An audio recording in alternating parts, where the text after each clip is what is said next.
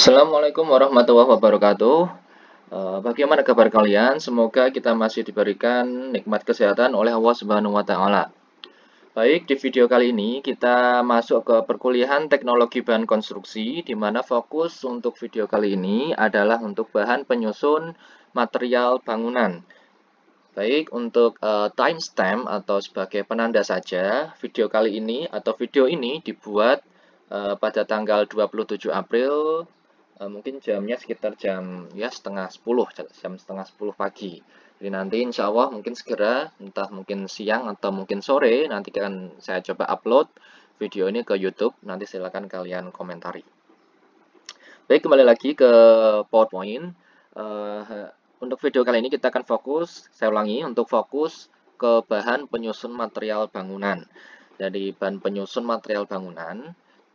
Sebelum kita masuk ke bahan penyusunnya atau ke materialnya, kita sedikit bicara tentang bangunan. Apa sih bangunan itu? Jadi definisi bangunan terlebih dahulu yang akan kita bahas. Jadi pertama, secara ringkas ya atau secara intinya, jadi definisi bangunan itu adalah sesuatu yang stabil, kokoh, dan kuat. Kalau mungkin kalian jumpai kalau kalian bincang-bincang dengan teman kalian atau mungkin dengan pernah bicara tentang di lapangan atau dengan tukang atau waktu bekerja bicara atau diskusi dengan pekerja proyek, kalau kita bicara tentang bangunan itu kita nggak hanya bicara tentang gedung. Jadi gedung itu oke, gedung memang bangunan, tapi bangunan itu nggak hanya gedung saja. Jadi ada yang lain selain gedung. Jadi yang pertama, saya berikan contoh. Yang pertama adalah bangunan gedung, di mana mungkin bangunan gedung ini sistem strukturnya yang jelas itu adalah seperti struktur frame atau portal. Seperti yang kalian pelajari di analisa struktur 1, itu adalah bangunan gedung, di mana bangunan gedung ini terdiri minimal satu kolom dan satu balok. Oh, sorry, kalau gedung ya memang harusnya banyak ya, karena gedung ya namanya gedung ya 3 dimensi, artinya kolomnya minimal ya berapa? 4, kolom baloknya ya balok bawah dan balok atas. Kalau balok bawah itu ada sleeve, balok atas ada ring balok. Jadi tinggal dihitung.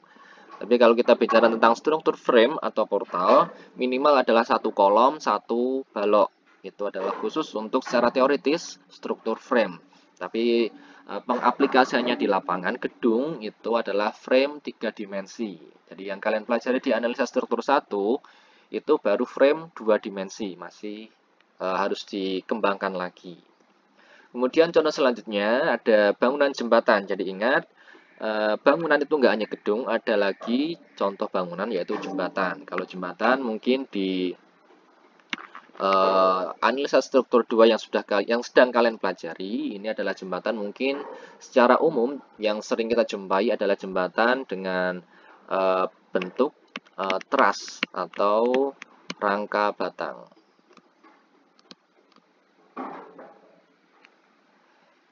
Ya, kira-kira seperti itu kalau saya tulis dengan stylus.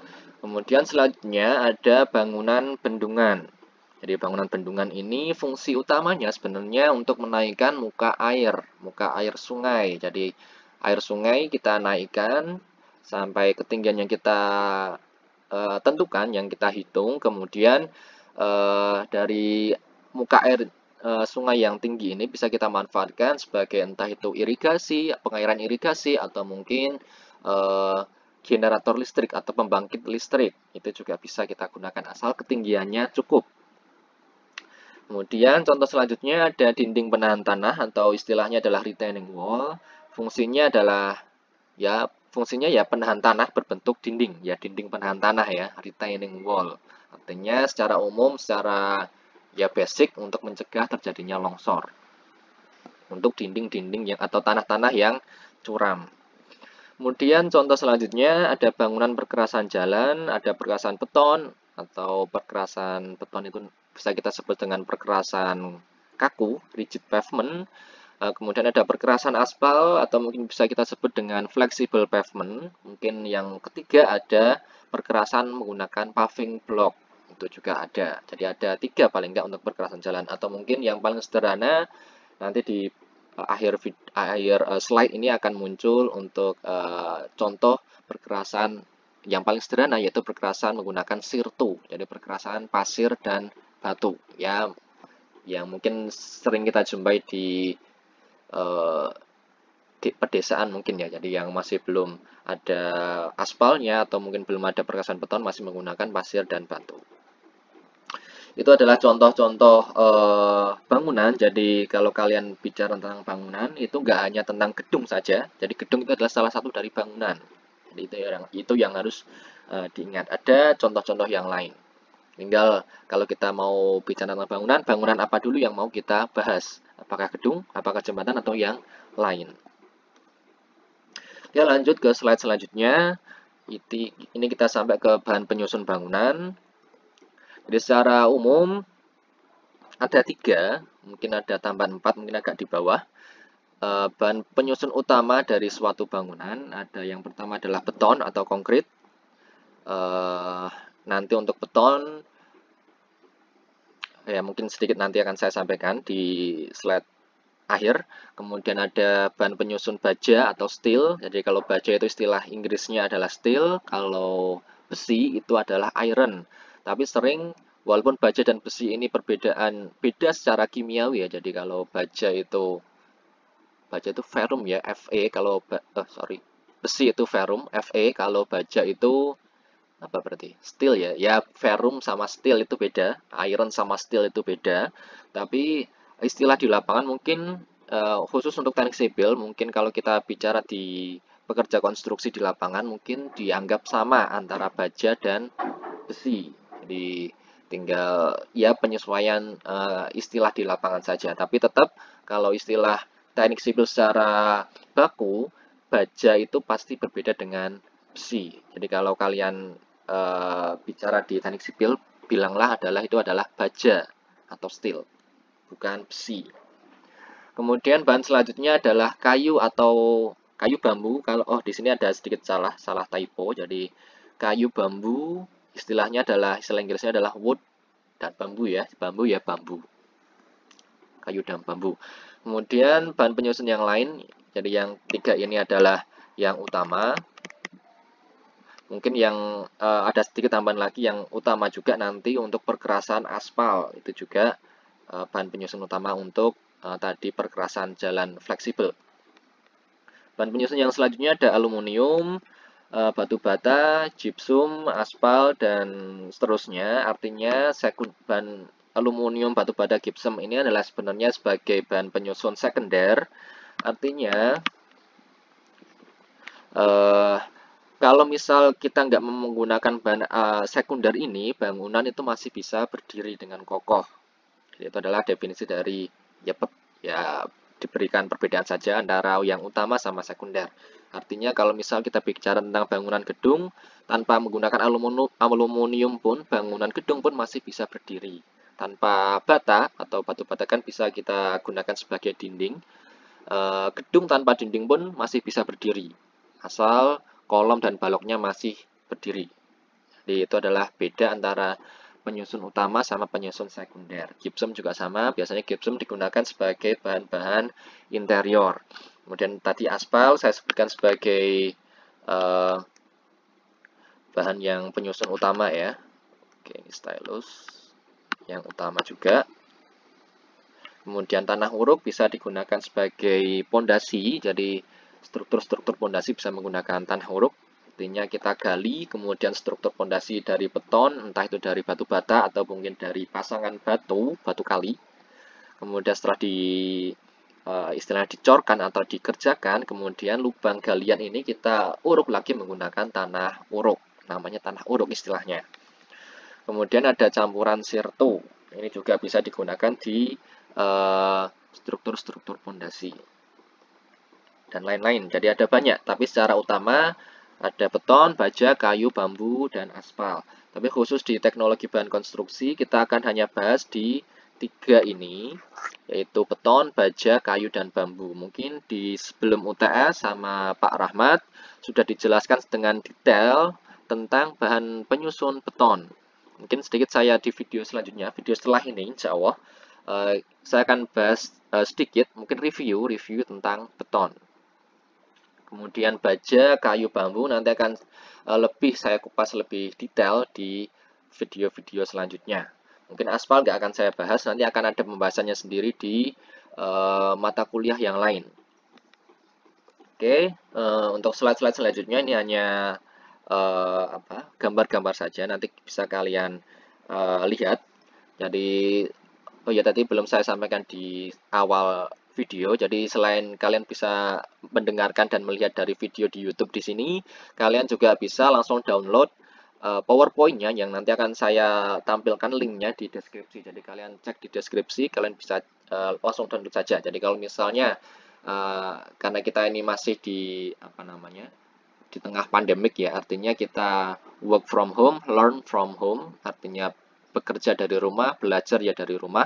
Kalau misalnya ada beberapa dari kalian yang nggak memiliki kuota yang lebih, artinya kalau kalian pakai untuk melihat video terlalu boros, kalian bisa langsung download PowerPoint-nya, jadi kalian langsung pelajari dan nanti akan sedikit saya berikan tugas-tugas lewat video ini. Jadi mau nggak mau kalian juga harus ya kalau misalnya buka video kalian setting yang paling kecil atau bisa kalian download hanya MP3-nya saja, jadi hanya suara saya saja yang hanya terdengar karena nanti tetap akan saya berikan tugas lewat video ini.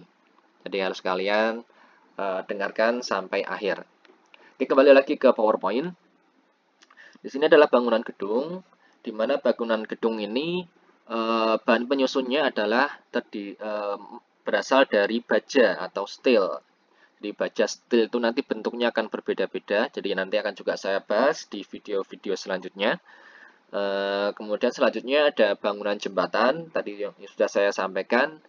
Bangunan jembatan mungkin yang sering kita jumpai adalah bentuknya adalah struktur truss, seperti yang bentuk yang gambar sebelah kiri atas, di mana bentuk truss itu secara ciri utamanya itu adalah bentuknya memiliki konsep geometri segitiga. Jadi asal ada bentuk geometri segitiga, maka kemungkinan besar itu adalah truss atau rangka batang. Cara pengerjaannya, cara perhitungannya hampir mirip atau mungkin sama persis seperti yang diajarkan di analisa struktur 2 oleh Bu Gata dan mungkin Pak Joko. Itu untuk jembatan truss yang sebelah kiri atas. Kemudian yang sebelah kanan atas ini berasal dari beton. Strukturnya adalah struktur beton, materialnya material beton, tapi betonnya mungkin beton khusus metodenya. Saya nggak ngerti, mungkin sudah dijelaskan oleh Pak Rahmat. Ini namanya adalah beton pre-stress. Jadi beton pre-stress atau mungkin istilah Indonesianya adalah prategang. Jadi beton prategang. Artinya ada campuran beton dan mungkin sedikit ada baja tarik. Itu untuk beton pre-stress. Kemudian yang paling bawah, struktur jembatan yang di bawah ini mungkin bisa kita sebut dengan strukturnya namanya adalah kabel stay. Jembatan kabel stay artinya materialnya juga sama, campuran antara beton. Di sini ada semacam abutment jembatan itu materialnya dari beton, tapi di sini kalau kalian lihat di sini ada bentuk-bentuk yang diagonal, dia merupakan bahan dari kabel baja. Jadi jembatan gantung ya. Jadi jembatan kabel stay. Jadi kombinasi antara saya nggak ngerti di sini apakah menggunakan beton apa menggunakan baja. Jadi kadang ada juga yang menggunakan mungkin di sini menggunakan beton. Karena kalau menggunakan baja akan terlalu mahal. Oke, nanti juga itu ada pembahasannya. Apakah beton sama baja itu lebih mahal baja atau lebih mahal beton? Itu akan kita bahas sedikit. Oke, nanti di video selanjutnya. Jadi yang perlu kalian ketahui saat ini di sini untuk jembatan yang paling bawah ini adalah jembatan kabel stay. Artinya materialnya menggunakan campuran dari beton dan baja. Kemudian selanjutnya ada bangunan bendungan. Kalau kita lihat di sini yang sebelah kiri ini terbuat dari yang bagian tengah ini ya. Ini namanya mungkin spillway. Nanti ada istilah baru ya, spillway. Itu terbuat dari beton, tapi di bagian bangunan bendungan di sini menggunakan material, ada yang tahu? Ini menggunakan pasangan batu, di mana pasangan batu ini mungkin direkatkan dengan, ada yang direkatkan dengan menggunakan beton, ada yang tidak hanya ditaruh saja, tapi di dalam core-nya nanti di paling bawah di sini nanti akan muncul paling intinya, agar air yang ada di sini nggak mengalir dari bawah ke sebelah luar, itu menggunakan, biasa kalau kita lihat dari sini menggunakan bahan material tanah yang dipadatkan dengan tingkat kepadatan yang sangat tinggi. Jadi tanahnya dipadatkan menggunakan bahan pemadat ya, alat pemadat. Dia menggunakan alat pemadat, artinya tingkat pemadatannya harus sangat tinggi sekali. Oke, seperti itu. Jadi bangunan bendungan yang kalian lihat di sini terdiri dari beton dan mungkin pasangan batu. Mungkin di sini kalau kita lihat sekilas, mungkin di sini juga sudah diberikan campuran beton juga. Tapi artinya tetap di dalam bendungan ada core atau inti, agar air nggak mengalir atau meresap, merembes keluar. Itu bisa kadang menggunakan baja, menggunakan beton, atau menggunakan, kalau di sini, kalau sekilas dilihat di sini menggunakan lapisan tanah. Ini juga sama, ini dari beton, ini mungkin sama ya, ini spillway-nya di sini, ini bendungannya. Kemudian di core intinya di sini di paling bawah, di paling bagian dalam, jadi di sini ada jalan ya. Kemudian kalau kita lihat paling dalam lagi, itu ada core atau inti dari tanah yang sudah dipadatkan dengan tingkat kepadatan yang sangat tinggi. Oke, lanjut. Untuk contoh selanjutnya ada bangunan retaining wall atau dinding penahan tanah. Mungkin lebih detailnya kalian akan pelajari, ada mata kuliah khusus dinding penahan tanah. Tapi yang jelas secara umum dinding penahan tanah tadi ya, menahan adanya longsor di tanah yang curam. Kalau kita lihat di sini tanahnya tegak lurus, hampir tegak lurus. Dimana kalau secara natural tanah itu ya paling enggak ya 45 derajat ya, 45 derajat. Untuk tidak terjadinya longsor secara natural, tanpa ada beban di atas dan tanpa ada gangguan, itu secara normal ya, secara naturalnya 45 derajat. Kadang juga harus kurang dari itu kalau di atasnya ada kondisi-kondisi tertentu, atau misal di atas ada, entah itu ada rumah, atau mungkin di sini ada tanah yang cenderung saturated atau jenuh, tanah yang jelek lah, istilah tanah yang jelek, maka mungkin harus kurang dari 45 derajat kalau nggak dipakai dinding penahan tanah. Tapi kalau kita lihat gambar di sini ini tanahnya sudah kemiringannya hampir 90 derajat, mungkin ya 80 derajat, atau mungkin di sini ya sama, hampir mirip. Kemiringannya sangat curam. Makanya agar untuk mencegah longsor, kita bisa menggunakan dinding penahan tanah. Kemudian kita masuk ke bahan penyusunnya. Di sini menggunakan batu-batu dan dia diikat oleh kayak kawat anyam atau wire mesh. Itu yang gambar sebelah kanan. Kemudian yang gambar yang sebelah kiri di sini menggunakan material beton. Kalau kita lihat di sini yang sebelah kanan menggunakan batu, di sebelah kiri juga sama-sama dengan batu.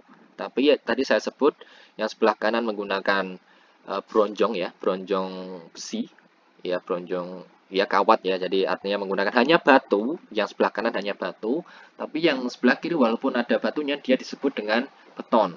Sama-sama muncul batunya, tapi yang satu bukan beton, yang sebelah kiri dia termasuk beton. Nah, sekarang PR yang saya berikan, jadi PR ini silakan dikerjakan, ditulis di kolom komentar YouTube boleh, atau mungkin ditulis di WhatsApp group nanti boleh. Jadi ditulis nama kalian, kemudian NIM kalian, kemudian PR-nya adalah seperti ini. Apakah definisi dari beton? Saya kira sudah dijelaskan oleh Pak Rahmat kemarin. Ini cuma review saja. Apakah definisi beton itu? Jadi silakan tulis di kolom komentar YouTube, atau jadi salah satu ya, nggak harus dua-duanya. Boleh ditulis di kolom komentar YouTube atau ditulis di WhatsApp group nanti. Tulis nama kalian, NIM kalian, kemudian jawaban kalian, di mana pertanyaannya adalah sebutkan atau jelaskan secara ringkas ya, nggak usah panjang lebar. Ya sambil rebahan gitu, sambil layah-layah kalian ketik dijelaskan secara ringkas definisi dari beton. Beton itu apa menurut kalian? Atau menurut yang sudah diajarkan oleh Pak Rahmat. Oke, silakan tuliskan. Itu adalah PR yang pertama. Nanti ada PR selanjutnya lagi. Mungkin saya akan sampaikan di WhatsApp group.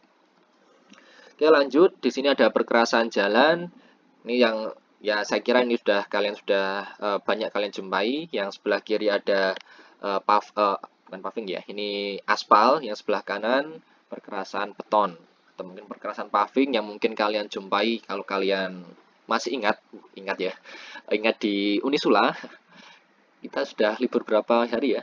Mungkin ada sebulan. Jadi mungkin kalau kalian ingat waktu kalau kalian kuliah di Unisula, di situ kalian masuk ke kampus, langsung dijumpai ada perkerasan paving yang mungkin bentuknya segi 4 atau berbentuk zigzag atau mungkin berbentuk segi 8 ya. Jadi segi 8 atau mungkin kalau kalian punya kos di Genuk, saya kira masih menggunakan paving di Genuk Indah ya. Saya nggak ngerti kalau di Genuk Sari. Genuk Indah masih paving atau mungkin kalau di sawah besar di situ sawah besar mungkin sudah beton. Saya nggak ngerti kalau di dalamnya saya nggak ngerti. Ya itu ya. Artinya untuk perkerasan jalan saya kira kalian sudah paham untuk bahan penyusunnya. Untuk cara perhitungannya mungkin akan kalian pelajari lebih detail di mata kuliah yang namanya juga perkerasan jalan. Ada perkerasan jalan 1, ada perkerasan jalan 2. PPJ ya, saya nggak ngerti itu. Ya, yang jelas perkerasan jalan nanti akan kalian pelajari lebih detail di mata kuliah lebih lanjut. Kemudian ini sesi yang terakhir, ini ada wooden structure, artinya bangunan yang dibangun sebagian besarnya menggunakan material kayu atau bambu. Di sini ada bangunan, ini katanya sih bangunan terbesar ya, huge structure in the world, artinya bangunan struktur tertinggi atau bukan tertinggi ya, terbesar yang dibangun menggunakan bahan kayu. Ini ada di Spanyol. Mungkin di sini kalau kita lihat ini mungkin skywalk, artinya untuk jembatan pejalan kaki. Jadi mungkin hanya semacam museum saja. Saya nggak ngerti karena saya belum pernah ke sana. Jadi hanya baca-baca saja. Dan juga mungkin sempat diceritakan oleh teman-teman yang sudah ke sana. Ini coba kalian searching karena ini masih work from home, learning from home. Silakan kalian kupas cari di YouTube. Ini bangunan apa sih? Silakan kalian searching sendiri. Ini nggak termasuk PR ya. Silakan kalian searching sendiri. PR-nya tadi definisi tentang beton. Kemudian selanjutnya ini ada bangunan tradisional juga. Kalau kita lihat di sini adalah kastil di Jepang. Ini juga tersusun dari material kayu atau bahkan bambu. Kalau kita lihat Jepang itu kan memang karena rawan terjadinya gempa, maka sebagian besar material atau bangunan-bangunan tradisional di Jepang itu menggunakan bahan kayu dan bambu, di mana kayu ini mampu meredam gaya-gaya gempa. Jadi kalau gempa terjadi, diharapkan bangunan nggak langsung runtuh, itu yang diharapkan. Jadi bisa menggunakan material kayu. Kemudian di Indonesia juga sama. Indonesia juga rawan terjadinya gempa, maka nenek moyang kita juga menggunakan material kayu dan bambu sebagai bangunan-bangunan zaman dahulu. Ini nggak ngerti saya apakah ini masuk ke gadang ya, bangunan gadang di Padang atau Sumatera atau mungkin di Sulawesi, saya nggak ngerti. Mungkin kalau kalian searching ini tadi saya hanya lihat traditional Indonesian wooden structure, kemudian saya cropping saja. Silakan kalian kupas lebih lanjut. Jadi kalau rumah-rumah tradisional di Indonesia mungkin memang semuanya, jadi saya nggak akan bilang hampir, jadi memang semuanya itu pasti menggunakan kayu. Karena apa? Ya, jadi yang pertama adalah Indonesia memang, jadi mungkin nenek moyang kita sudah berpikir lebih jauh ya. Jadi Indonesia memang rawan terjadi gempa. Kemudian dan juga di sekitar kita di Indonesia itu ternyata memang sangat banyak tersedianya bahan kayu. Jadi bangunan-bangunan zaman dulu memang sepenuhnya menggunakan bahan kayu atau mungkin bambu. Itu untuk di Indonesia. Kemudian di sini kalau di sini ceritanya sih tulisannya tallest building. Jadi gedung tertinggi. Jadi gedung ya, jadi gedung paling tinggi yang menggunakan material kayu di dunia. Jadi gedung tertinggi di dunia yang menggunakan material kayu. Kemudian ada juga selain digunakan sebagai bangunan gedung, digunakan juga sebagai bangunan jembatan, atau mungkin kalau di desa atau di kampung kalian ada jembatan, mungkin sering juga jembatan desa ya. Mungkin juga karena sungainya kecil bisa menggunakan jembatan kayu yang sederhana. Nah, sekarang pertanyaannya, kalau jembatan kayu ini mungkin kalau kita lihat atau kita lihat di lapangan begitu, kita akan sedikit was-was apakah jembatan menggunakan kayu atau bambu seperti ini itu kuat apa enggak. Misal sungainya bisa sampai 5 meter atau 10 meter, kalau kita lewat entah itu jalan kaki 2 orang 3 orang, kuat apa enggak, atau bahkan kalau misal kita menggunakan motor itu kuat apa enggak, itu kan harusnya kan jadi pertanyaan. Jadi jawabannya sebenarnya untuk gedung tingkat tinggi pun masih kuat, apalagi hanya jembatan 5 meter atau 10 meter. Jadi harusnya juga kuat menggunakan bambu dan kayu asal menghitungnya benar. Nah, itu ada syaratnya. Kuat asal menghitungnya benar. Dan pelaksanaannya juga sesuai aturan. Jadi hitungan benar, pekerjaannya juga benar. Itu akan menjadikan struktur-struktur jembatan yang reliable atau struktur yang bisa diandalkan. Oke, jadi seperti itu. Oke, udah habis. Jadi di video kali ini sudah saya sampaikan tadi ada definisi bangunan, contoh-contoh bangunan, kemudian bahan material penyusun bangunan. Tadi di tengah video juga saya berikan tugas, silakan kalian kerjakan tugasnya sesuai panduan ya. Jadi nama, name, dan jawaban. Kemudian untuk video selanjutnya mungkin bisa kita entah mungkin minggu ini, saya usahakan minggu ini karena minggu kemarin kita sudah kosong sekali, jadi silakan tugasnya dikerjakan. Mungkin video kali ini saya akan cukupi sekian. Video ini direkam pada tanggal 27 April. Selesai ini jam berapa? Sekitar mungkin jam 10 pagi. Kurang lebihnya mohon maaf. Wassalamualaikum warahmatullahi wabarakatuh.